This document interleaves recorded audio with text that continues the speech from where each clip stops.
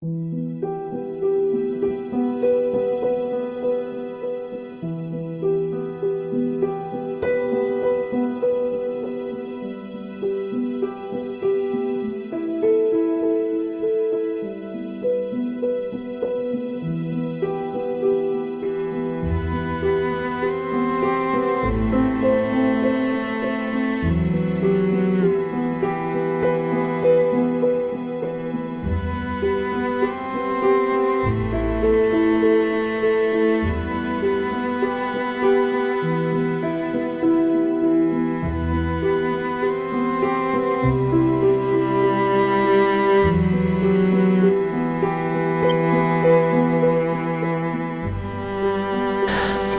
yo nací en la provincia argentina de Misiones, al norte del país, en la triple frontera entre Paraguay y Brasil y Argentina. Es una zona tropical, ¿no? De selva, todavía de selva atlántica. Es la única zona selvática, de selva atlántica que queda en la Argentina, y ya que queda muy poca todavía en el Brasil. Hice mis estudios universitarios y secundarios en la Universidad de Buenos Aires en los años 60, en épocas bastante conflictivas para toda América Latina, en plena Guerra Fría, estos años 60, donde la universidad ya desde 1966 fue intervenida por el gobierno militar de turno en aquellos momentos en Argentina. Entonces decía que mi primera investigación, aunque yo había empezado a estudiar arqueología realmente, mi primera investigación fue derivada de mi ignorancia. Yo fui a relevar unos petroglifos de arte rupestre. Yo era montañista, andinista, como se decía, escalaba, y me atraía a los lugares difíciles, difícil acceso y demás. Y en la Cordillera del Viento, que es una cordillera paralela a la Cordillera de los Andes, una pequeña cordillera de la Patagonia, existe un gran yacimiento de arte rupestre, plasmado en una serie de menhires, ¿no? De rocas elevadas, cubiertas de diseños y grabados. Y con un par de amigos, una pareja, fui a relevar este yacimiento en una zona muy, muy solitaria. Y me di cuenta que no entendía nada. Es decir, lo único que podía decir del arte rupestre, que estaba formado por círculos, por figuras geométricas, por dibujos de animales y demás, pero en realidad no entendía nada de lo que estaba viendo. Entonces pensé, estoy condenado a fotografiar y eventualmente a tratar de dibujar esto, pero sin entender nada de lo que acá dice. Entonces yo sabía que en las cercanías de la Cordillera del Viento habría varias reducciones, como se llamaban estos territorios donde se había congregado a la población mapuche. Y entonces supuse que los mapuches podrían traducirme aquel lenguaje de las piedras, podían informarme de ese lenguaje de las piedras. Digo que esto fue producto de mi ignorancia, porque el arte rupestre es de 7.000 años antes del presente, de 7 a 10.000 años antes del presente, y los mapuches llevan 1.000 años en territorio patagónico, ¿no? Es decir, no eran herederos de aquellos autores de los petroglifos. Y me fascinó tanto el mundo que encontré que pasé una temporada con ellos, y después regresé y en total viví 1 año con ellos en la Patagonia, y esta fue mi primera experiencia que generó no solo generó muy pocos resultados académicos, ¿no? Publiqué un pequeño libro sobre los cantos mapuches, tanto los cantos sagrados como los cantos profanos, los cantos sociales, ¿no? Y algún otro artículo, una cosa así, pequeños resultados académicos, pero tuvieron un profundo impacto emocional en mi vida el haber convivido con esta gente y haber llegado a aprender que toda esa naturaleza que me rodeaba, son lagos muy bellos, árboles, araucarias gigantescas de piñones, mucha nieve, o sea, es una área muy, muy fría y muy, muy dura para sobrevivir. Ellos llevaban una vida de una pobreza extraordinaria, ¿no? Muchos con tuberculosis, muchos con desnutrición, ausencia de bocio por ausencia de yodo, porque las aguas estas transparentes de los lagos cordilleranos no tienen sales. Entonces hay una carencia de sal mineral muy, muy, muy importante.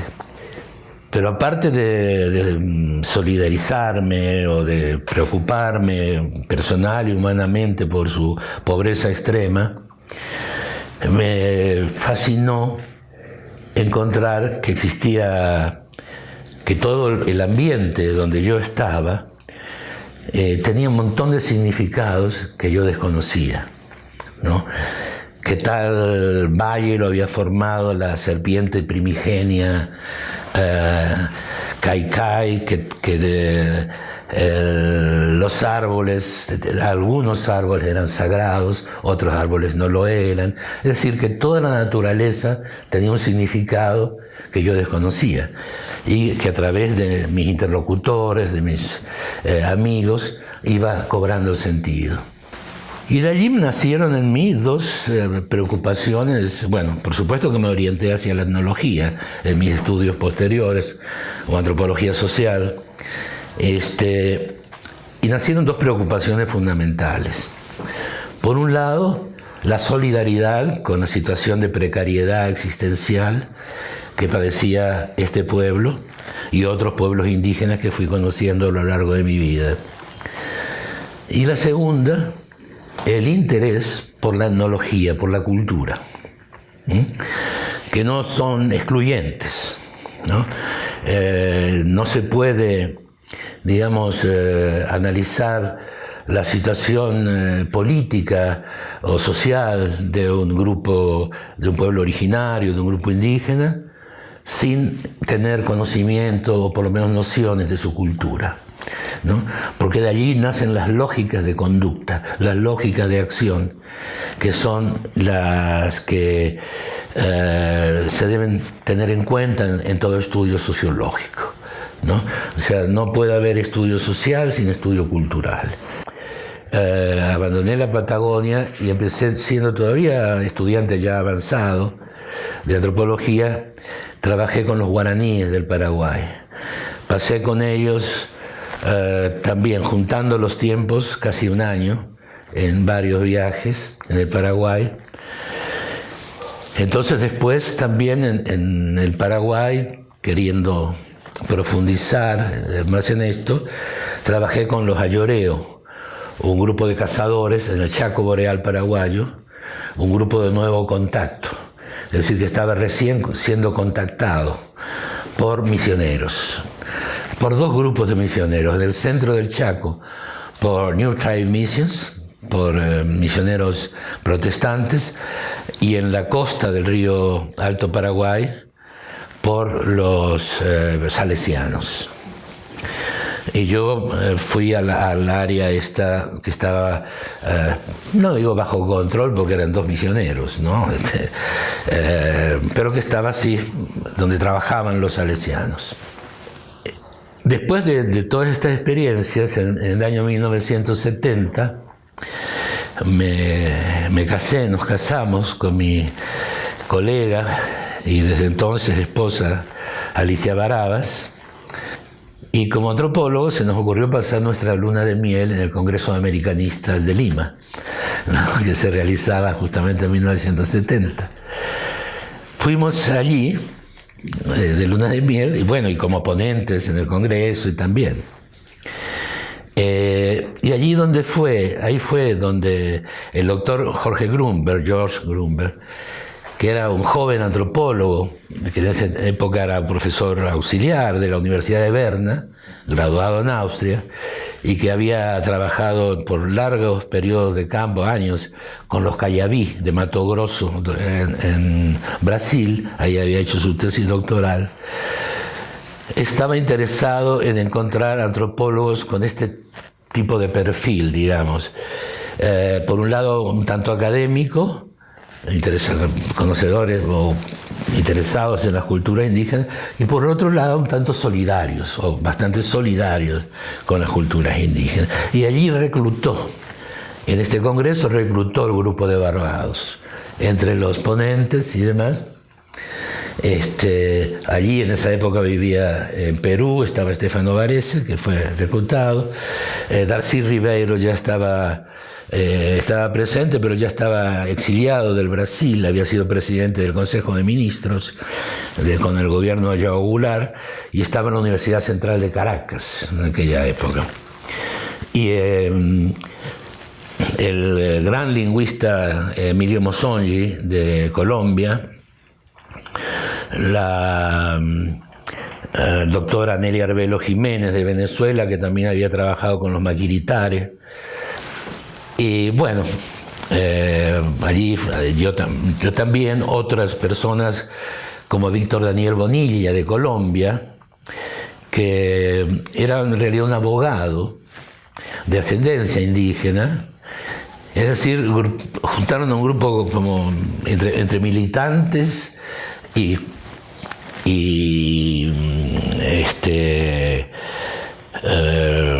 intelectuales o académicos, ¿no? El cual, obviamente, el que tenía el mayor prestigio de todos nosotros era Darcy Ribeiro, quien no solo había pasado 10 años en la Amazonía trabajando con los distintos grupos, sino que también había sido ministro de Educación, creador de la Universidad de Brasilia, rector de la Universidad de Brasilia y presidente de la Casa de Ministros de João Goulart, como señalaba, ¿no? Nos reunimos en Barbados después y publicamos la Declaración de Barbados con distintos resultados. En Argentina para mí fue un anatema, logré publicarla gracias a la receptividad de los periodistas en la página central del diario de mayor circulación. No fuimos exiliados para nada, pero allí yo había conocido en Barbados a Guillermo Bonfil Batalla. Guillermo fue invitado, el único mexicano y el primer mexicano que conocí en mi vida, y un amigo muy querido el resto de su vida, por sus trabajos teóricos que ya había publicado, ¿no? Que estaban muy en la línea del espíritu de Barbados, digamos.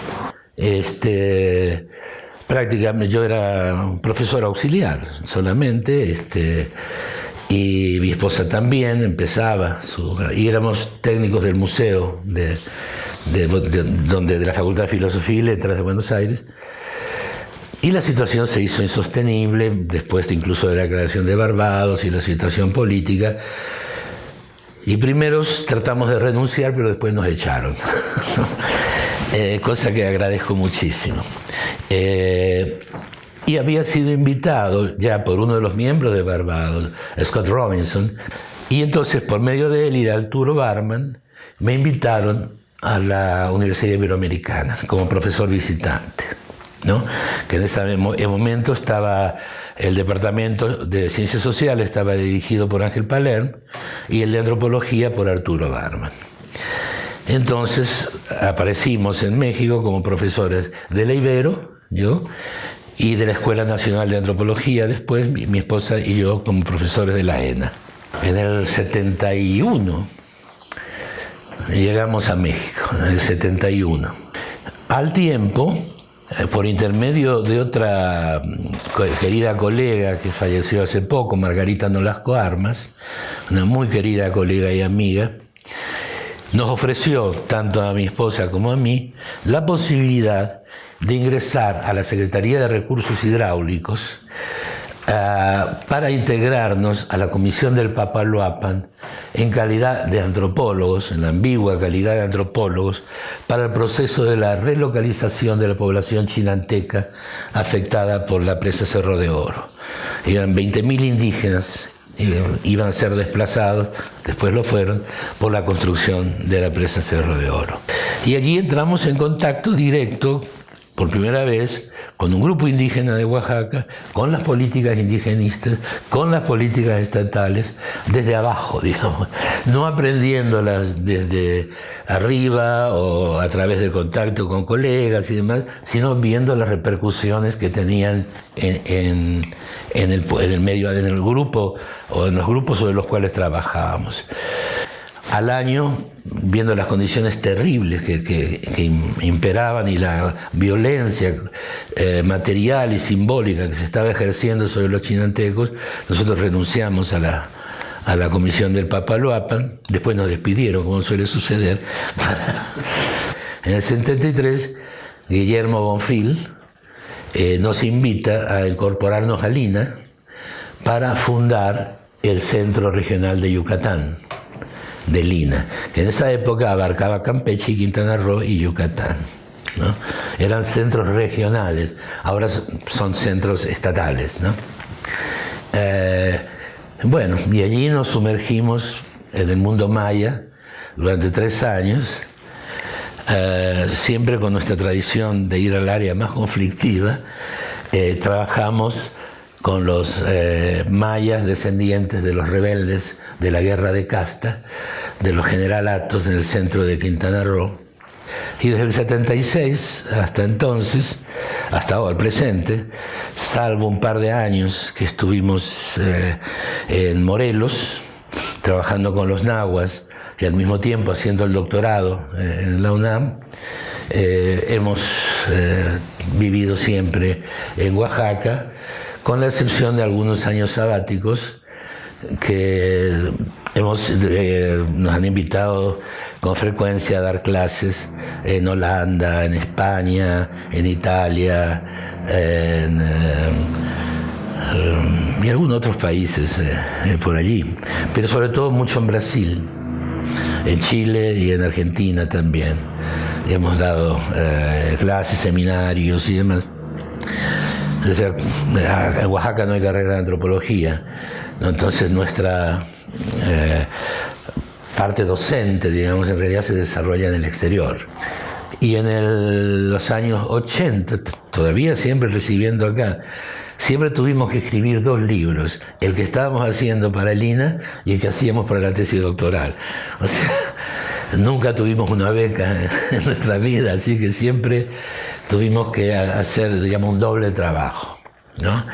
Estar escribiendo un libro sobre un grupo indígena de Oaxaca y a la vez estar escribiendo el doctorado sobre otro grupo o la maestría sobre otro grupo.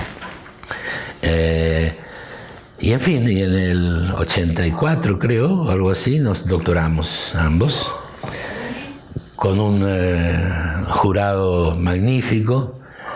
O sea, la UNAM y Ciencias Políticas de aquellos años fue muy agradable. En la mesa doctoral estaba Rodolfo Stavenhagen, Guillermo Bonfil, Néstor García Canclini. Bueno, reclutamos un grupo de amigos allí, fue o sea, fue una experiencia muy buena la formación en sociología de la UNAM. Por invitación de la maestra Gloria Ortiz Mercadet, los dos fuimos invitados a formar parte del Consejo Académico del Programa Nacional de Etnografía de los Pueblos Indígenas de México, ¿no? Que ha sido, desgraciadamente ya desaparecido. En realidad empezó a desaparecer cuando fue extinguido. Durante 10 años estuvimos en este proyecto, el proyecto más ambicioso de etnografía que se ha llevado a cabo en América Latina, ¿no? Llegamos a tener más de 120 investigadores en todo el país, ¿no? Desarrollando líneas de investigación específicas, o sea, basadas en trabajo de campo, todo el trabajo. O sea, había trabajo de campo, seminarios de investigación donde traíamos especialistas a veces de distintos países, y después congresos de todos los investigadores, y después la escritura de obras colectivas, ¿no? 4 o 5 tomos sobre relaciones interétnicas, sobre migraciones, sobre chamanismo. En fin, fue una tarea titánica. Desgraciadamente, el fundador y primer director del INAH fue uno de los intelectuales más brillantes de México, que fue Alfonso Caso, pero no todos los directores fueron tan brillantes. Y en ese momento, en el 99, estaba de director del INAH un abogado olvidable, y canceló la presencia, despidió a la maestra Gloria Ortiz de la posición que tenía, un poco temeroso del tamaño que había cobrado este proyecto, que fue presentado en la reunión de la Asociación Latinoamericana de Antropología en Argentina, fue presentado en distintas universidades, fue presentado también en el Uruguay. Es decir, era un proyecto que parecía más grande que el INAH, ¿no? Porque tenía una producción y una difusión, y bueno, celos y estas cosas. El proyecto fue cancelado en el 99, no el proyecto, quedó en manos de otras personas que ya no lo supieron gestionar con la misma intensidad que lo llevó a cabo la maestra Ortiz. Desde entonces estamos dedicados a Oaxaca con otra escapatoria sabática mía hacia los guaraníes. En mi estado natal hay indígenas guaraníes también, entonces no me resistí a escribir un libro sobre ello porque nadie lo había escrito, ¿no? Entonces volví, hice trabajo de campo y también se publicó en Paraguay. Con Paraguay yo tengo una relación muy, muy cariñosa, de muchos años. A veces digo que fui argentino y ahora no soy mexicano, pero también podría ser paraguayo, podría ser brasileño. Soy miembro de la Asociación Brasileña de Antropología, soy miembro de la Sociedad Mexicana de Antropología, soy miembro de la Sociedad Indigenista del Paraguay. Entonces, realmente no me siento ligado profesionalmente a un país específico, ni siquiera simbólicamente, porque en términos reales el país de origen de uno no es la bandera y estas cosas, sino son la familia, los paisajes compartidos, las comidas que uno comió de niño, las abuelitas, los tíos, estas cosas. Y en ese sentido, yo más que argentino soy misionero, soy de la provincia de Misiones, ¿no? Hay que reconocer que el INAH, que es el Instituto Nacional de Antropología, es una institución única en su tipo en América Latina y una única en su tipo también en el mundo, porque ofrece la posibilidad de ser investigador a tiempo completo, ¿no?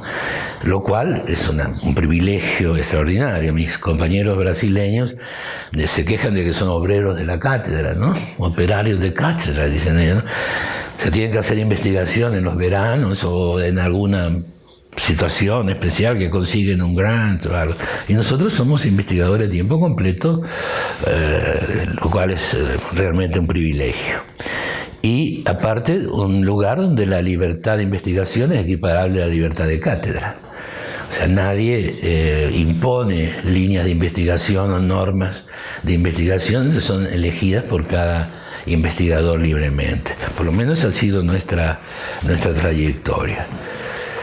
La antropología mexicana contemporánea y estadística, esto es estadísticamente comprobable, está tanto en el CIESAS como en las universidades, la Autónoma Metropolitana y demás, están muy orientadas, y en el INAH incluso, están muy orientadas ahora hacia la sociedad contemporánea, hacia los estudios de género, minorías sexuales, el fútbol, distintas manifestaciones, los grupos vulnerables, distintas manifestaciones constantes de la sociedad contemporánea. Lo cual yo no estoy de acuerdo. Todo se puede estudiar desde el punto de vista antropológico, siempre que se recupere la tradición antropológica. Pero estos estudios no tienen nada de antropología. Recurren a otras disciplinas, recurren a otras bibliografías y demás.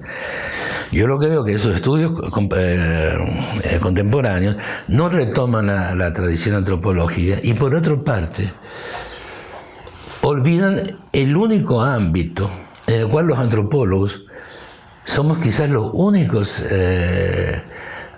profesionales formados para entender, que es el ámbito de las culturas diferentes a la nuestra, ¿no? Las culturas indígenas, culturas alternas, el ámbito del multiculturalismo, del pluralismo cultural. Siendo los únicos profesionales en cuya formación está el método etnográfico, está la etnología, el intento de comprender las culturas alternas, el estudio de sociedades alternas a la nuestra, nos hemos quedado atrás, digamos, en los estudios de la sociedad contemporánea, ¿no? En el momento donde el pluralismo cultural, o sea, los rostros étnicos de la humanidad tienen una visión cada vez más importante, precisamente por la misma globalización, es el ámbito donde la antropología debería tener una presencia que nunca antes tuvo, ¿no? Para tratar de comprender todas estas dimensiones. Muchas gracias, por el contrario, estoy muy agradecido con la Universidad de Guadalajara y con el Centro Universitario del Norte por esta distinción que he querido, que he aceptado, y la acepto, como señalara, también en nombre de mis compañeros del Grupo de Barbados y en nombre, quisiera hacerlo también, de la antropología orientada hacia las causas indígenas.